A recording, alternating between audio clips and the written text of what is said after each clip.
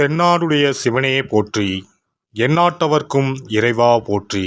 அனைத்து தமிழ் உள்ளங்களுக்கும் கனிவான வணக்கங்கள். நாம் இந்த பதிவில் பிறக்கப் போகும் ஏப்ரல் மாதத்திற்கான சுப மற்றும் அசுப பலன்கள் என்னென்ன என்பதனையும், அசுப பலன்கள் ஏற்படுமாயின் ராசிக்காரர்கள் செய்ய வேண்டிய பரிகாரங்கள் என்னென்ன, வழிபட வேண்டிய தெய்வம் யார் என்பதனை பற்றியும் விரிவாக காண்போம். உங்கள் வாழ்வில் வளமும் நலமும் செல்வ செழிப்பும் பெற்று வாழ்வில் உயரிய நிலையை அடைய எல்லாம் வல்ல இறைவனை வேண்டி விரும்பி கேட்டுக்கொள்கிறேன். நிகழும் ஸ்ரீ மங்களகரமான சோபகிருது ஆண்டு பங்குனி மாதம் 19ஆம் தேதி திங்கட்கிழமை அன்று சப்தமி திதியில் மூலம் நட்சத்திரத்தில் வரியான் நாமயோகத்தில் அமிர்தயூகம் கூடிய நன்னாளில் இந்த மகத்தான ஏப்ரல் மாதம் பிறக்கிறது. இம்மாத கிரக நிலைகளை பார்க்கும்போது மேசத்தில் குரு பகவானும், கன்னி ராசியில் கேது பகவானும், தனுசு ராசியில் சந்திர பகவானும், கும்ப ராசியில் சனி பகவானுடன் செவ்வாய் பகவானும் சஞ்சாரம் செய்கின்றனர். மீனராசியில் சூரிய பகவான், ராகு பகவான், சுக்கிர பகவான், புதன் பகவான் இணைந்துள்ளனர். இம்மாத கிரக பெயர்ச்சி என எடுத்துக்கொண்டால் ஏப்ரல் 13ஆம் தேதி சூரிய பகவான் மேசராசிக்கும், ஏப்ரல் மாதம் 23ஆம் தேதி செவ்வாய் பகவான் கும்பராசியில் இருந்து மீனராசிக்கும் இடப்பெயர்ச்சி அடைகின்றனர். அதேபோல் இந்த ஏப்ரல் மாதம் 24ஆம் தேதி சுக்கிர பகவான் மீனராசியில் இருந்து மேசராசிக்கு இடப்பெயர்ச்சி அடைகிறார். மகர ராசி அன்பர்களே, இந்த மாதம் வெளி வட்டாரத்தில் மதிப்பும் மரியாதையும் அதிகரிக்கும். அரசாங்க வகையில் எதிர்பார்த்த காரியங்கள் அனுகூலமாக முடியும். தந்தை வழி உறவுகளால் ஆதாயம் உண்டாகும். பணவரவு கணிசமாக உயரும். குடும்பத்தில் மகிழ்ச்சியும் உற்சாகமும் நிலவும். கணவன் மனைவிக்கிடையே அந்யோன்யம் அதிகரிக்கும். உறவினர்கள் வருகையும் அதனால் மகிழ்ச்சியும் உண்டாகும். உறவினர்களிடம் எதிர்பார்த்த காரியங்கள் அனுகூலமாகும். வீடுமனை வாங்கும் முயற்சியில் தற்போது ஈடுபட வேண்டாம். புதிய முயற்சிகளில் வெற்றிகள் கிடைக்கும். எதிரிகளின் தொல்லைகள் இல்லாமல் போகும். அவர்களால் மறைமுக ஆதாயமும் கிடைக்கக்கூடும். முக்கிய முடிவுகளை துணிச்சலுடன் எடுப்பீர்கள். உங்கள் முயற்சிகளுக்கு மனைவி, மகள் உள்ளிட்ட குடும்ப பெண்கள் பக்கபலமாக இருப்பார்கள். ஆனால் விலை உயர்ந்த நகை மற்றும் பொருட்களை இரவல் தரவோ வாங்கவோ வேண்டாம். வீட்டில் பொருள்கள் களவு போகக்கூடும் என்பதால் எச்சரிக்கையாக இருக்கவும், அக்கம் பக்கத்தில் இருப்பவர்களுடன் அனுசரித்து செல்வது நல்லது. உடல் ஆரோக்கியம் மேம்படும். அலுவலகத்தில் ஓரளவுக்கு முன்னேற்றமான சூழ்நிலையே காணப்படுகிறது. எதிர்பார்த்த சலுகைகள் கிடைக்கும். சக ஊழியர்கள் உங்கள் பணிகளில் ஒத்துழைப்பு தருவார்கள். உங்கள் கோரிக்கைகள் ஏற்றுக்கொள்ளப்படும். பதவி உயர்வு, ஊதிய உயர்வு கிடைப்பதில் இருந்த தடைகள் விலகும். தொழில் மற்றும் வியாபாரத்தில் முன்னேற்றம் ஏற்படும். விற்பனையும் லாபமும் எதிர்பார்த்தபடியே இருக்கும். அரசாங்கத்திடம் எதிர்பார்த்த லைசன்ஸ் போன்ற விஷயங்கள் எளிதாக முடியும். வியாபாரத்தை விரிவுபடுத்தும் எண்ணம் இருந்தால் அதற்கான முயற்சிகளில் இந்த வாரம் ஈடுபடலாம். குடும்பத்தை நிர்வகிக்கும் பெண்களுக்கு மாதத்தின் பெரும்பகுதி மகிழ்ச்சி தருவதாக இருக்கும். கணவரிடம் எதிர்பார்த்த காரியங்கள் அனுகூலமாக முடியும். உறவினர்களிடையே மதிப்பும் மரியாதையும் அதிகரிக்கும். அலுவலகம் செல்லும் பெண்களுக்கு எதிர்பார்த்த சலுகைகள் கிடைக்கும். கலைத்துறையினருக்கு தேவையில்லாத மனக்கவலை உண்டாகும். வீண் அலைச்சலும், அதனால் சரியான நேரத்திற்கு உணவு உண்ண முடியாமலும் போகலாம். எதிலும் கவனமாக செயல்படுவது நல்லது. உடல் சோர்வு உண்டாகலாம். வீண் அலைச்சலை தவிர்த்து வேலையில் கவனம் செலுத்துவது நல்லது. அரசியல் துறையினருக்கு முன்னேற்றம் காணப்படும் மாதமாக இம்மாதம் அமையும். அதே நேரத்தில் பல தடைகளை தாண்டி செயல்பட வேண்டியிருக்கும். எதிர்பார்த்த லாபம் வரும். செயல் திறமை வெளிப்படும். சுதந்திரமாக செயல்படும் வாய்ப்புகள் கிடைக்கும். வரவேண்டிய பணம் வந்து சேரும். மாணவர்களுக்கு கல்வியில் நினைத்ததை விட கூடுதல் பாடங்களை படிக்க வேண்டியிருக்கும். மனம் தளராது செயல்பட்டால் வெற்றிகள் கிடைக்கும். நட்சத்திர பலன்கள். உத்திராடம் 2, 3, 4ஆம் பாதம். இந்த மாதம் நண்பர்கள் மூலம் உதவிகள் கிடைக்கும். வாகன லாபம் ஏற்படும். தகப்பனாருடன் வீண் விவாதங்களை தவிர்ப்பது நல்லது. வெடி தொடர்புகளில் எச்சரிக்கை தேவை. எண்ணப்படி காரியங்களை செய்து முடிக்க சூழ்நிலை ஏற்படும். செலவுகளை குறைக்க திட்டமிடுவது நல்லது. கௌரவம் உயரும். திருவோணம் நட்சத்திரம். இந்த மாதம் எடுத்துக்கொண்ட காரியங்களில் ஏற்படும் சந்தேகங்களை அவ்வப்போது போக்கிக் கொள்வது நல்லது.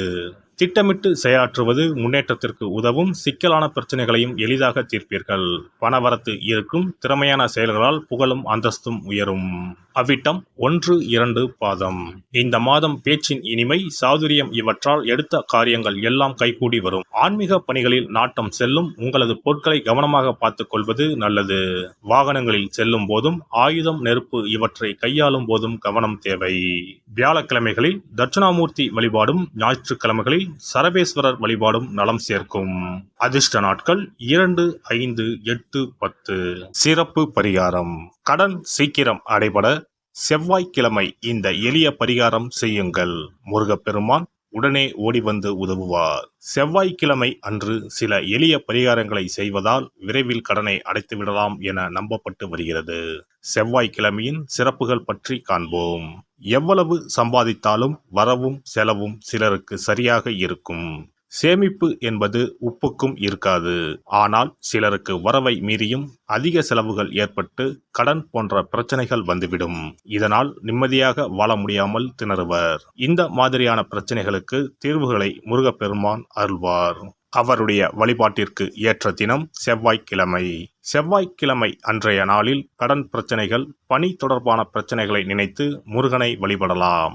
செவ்வாய்க்கிழமை அன்று நல்ல செயல்களை தொடங்க ஏற்ற நாள் இல்லை என்பது பாரம்பரியமாக நம்பப்பட்டு வருகிறது. ஆனால் செவ்வாய்க்கிழமை ராகு காலத்தில் செய்யப்படும் வழிபாடு பூஜைகளுக்கு ஆற்றல் அதிகம் என்பது ஐதீகம். செவ்வாய்க்கிழமை அன்று வரும் ராகு காலத்தில் அம்மன் துர்க்கைக்கு எலுமிச்சை தீபம் ஏற்றி வழிபாடு செய்தால் திருமண தடை விலகும். எப்பேற்பட்ட பிரச்சனையாக இருந்தாலும் உடனடியாக தீரும் என்பது ஐதீகம். அதே போலவே துர்க்கை அம்மனுக்கு ராகு காலத்தில் எலுமிச்சை மாலை போட்டு வழிபாடு செய்தால் நல்ல வேலை கிடைக்கும், நம்முடைய கடன் பிரச்சனைகள் தீரும் என ஆன்மீக பெரியோர் கூறுகின்றனர். செவ்வாய்க்கிழமை அன்று செய்ய வேண்டிய பரிகாரங்கள். எவ்வளவு அடைத்தாலும் தீராத கடன் சுமை இருப்போர் செவ்வாய்க்கிழமை அன்று வீட்டில் ஒரு எளிய பரிகாரத்தை செய்தால் அவர்களுடைய மொத்த கடனம் அடைவதற்கான வழிகள் கிடைக்கும். செவ்வாய்க்கிழமையில் வருகின்ற செவ்வாய் ஹோரையில் இந்த வழிபாட்டை செய்ய வேண்டும். அந்த ஒரே நாளில் 3 வகையான பரிகாரங்களையும் செய்தால் மட்டுமே முழு பலனையும் பெறலாம். முதல் செவ்வாய் ஹோரை. செவ்வாய்க்கிழமை அன்று காலை 6 மணி முதல் 7 மணி வரையிலும் செவ்வாய் ஹோரை இருக்கிறது. அப்போது பாசிப்பயிறு அல்லது பச்சை பயிறு ஆகியவற்றில் ஏதேனும் ஒன்று வெல்லம் போட்டு பாயாசம் செய்து பூஜை அறையில் சுவாமிக்கு படைக்க வேண்டும். வீட்டு பூஜை அறையில் விளக்கேற்றி எங்களுடைய வீட்டின் கடன் சுமைகள் விரைவில் அடைபடுவதற்கான வழிவாய்ப்பை எங்களுக்கு கண்முன்னே காட்டுங்கள் என குலதெய்வம், இஷ்ட தெய்வம் எல்லோரிடமும் பிரார்த்தனை செய்ய வேண்டும். இரண்டாவது செவ்வாய் ஹோரை செவ்வாய்க்கிழமை அன்று பகல் பொழுதில் 1 மணி முதல் 2 மணி வரை இருக்கிறது. அப்போது பச்சரிசியை சுத்தம் செய்து அதனுடன் பச்சை பயிறு, வெல்லம் ஆகியவற்றை கலந்து வீட்டு பூஜை அறையில் வீட்டிற்கும் சுவாமி படத்தின் முன்பு வைக்க வேண்டும். பின்னர் நாங்கள் கோமாதாவிற்கு செய்யும் இந்த தானத்தை ஏற்று எங்களுடைய கடன் சுமை குறைந்து நிம்மதியான வாழ்க்கை கிடைக்க 30 முக்கோடி தேவர்களும் அருள் புரிய வேண்டிக் கொள்கிறோம் என மனதினுள் பிரார்த்தனை செய்ய வேண்டும். உங்களுடைய வீட்டில் யாரின் பெயரில் அதிகமான கடனை வாங்கி இருக்கிறீர்களோ அவர்களின் கையால் பாசிப்பயறு வெல்லம் கலந்த பச்சரிசியை கோமாதாவிற்கு தானமாக கொடுங்கள். பசுமாட்டிற்கு இந்த தானத்தை செய்த பிறகுதான் அன்றைய தினம் பகலில் உணவு சாப்பிட வேண்டும். ஒருவேளை நீங்கள் பணிக்கு செல்பவராக இருந்தால் காலையில் இதையெல்லாம் தயார் செய்து கையில் எடுத்துக்கொண்டு சென்று விடுங்கள். உங்கள் மனதிற்குள் எல்லாவற்றையும் பிரார்த்தனை செய்துவிட்டு பணியிடத்திற்கு அருகில் உள்ள பசுமாட்டிற்கு வழங்கலாம். மூன்றாவது செவ்வாய் ஹோரை. 3ஆம் செவ்வாய் ஹோரை செவ்வாய்க்கிழமை அன்று மாலை 6 மணிக்கு மேல் வரும். அப்போது உங்கள் வீட்டு பூஜை அறையில் ஒரு நெய் தீபத்தை ஏற்றுங்கள். நீங்கள் வழக்கமாக ஏற்றும் தீபத்தினை தவிரவும் மற்றொரு அகல் விளக்கில் நெய் தீபம் கட்டாயம் ஏற்ற வேண்டும். இது முருகனுக்காக ஏற்றும் தீபமாகும். இந்த தீபத்திற்கு முன்பாக நின்று கடன் அடைபடும் வழியை காட்டு அப்பனே முருகா, கடனே இல்லாமல் வாழும் வாழ்வை தந்தருள் இறைவா என முருகப்பெருமானிடம் மனமுருகி வேண்டிக் கொள்ளுங்கள். இந்த பரிகாரங்களை நம்பிக்கையுடன் செய்தால் மட்டுமே நிச்சயம் உங்களுடைய கடன் விரைவில் அடைபடும். எல்லாம் வல்ல இறையருளால் நீங்களும் உங்கள் அன்பு குடும்பமும் உடல் நலம், நீலாயுள், நிறை செல்வம், உயர் புகழ், மெய்ஞானம் ஓங்கி வாழ்க வளமுடன். இந்த வீடியோ பதிவு உங்களுக்கு பிடித்திருந்தால் லைக் பண்ணுங்க, கமெண்ட் பண்ணுங்க, ஷேர் பண்ணுங்க, மறக்காம சப்ஸ்கிரைப் பண்ணுங்க, பக்கத்துல இருக்கிற பெல் பட்டனை கிளிக் பண்ணுங்க. நன்றி, வணக்கம். ஓம் நமச்சிவாய. சிவாய நம.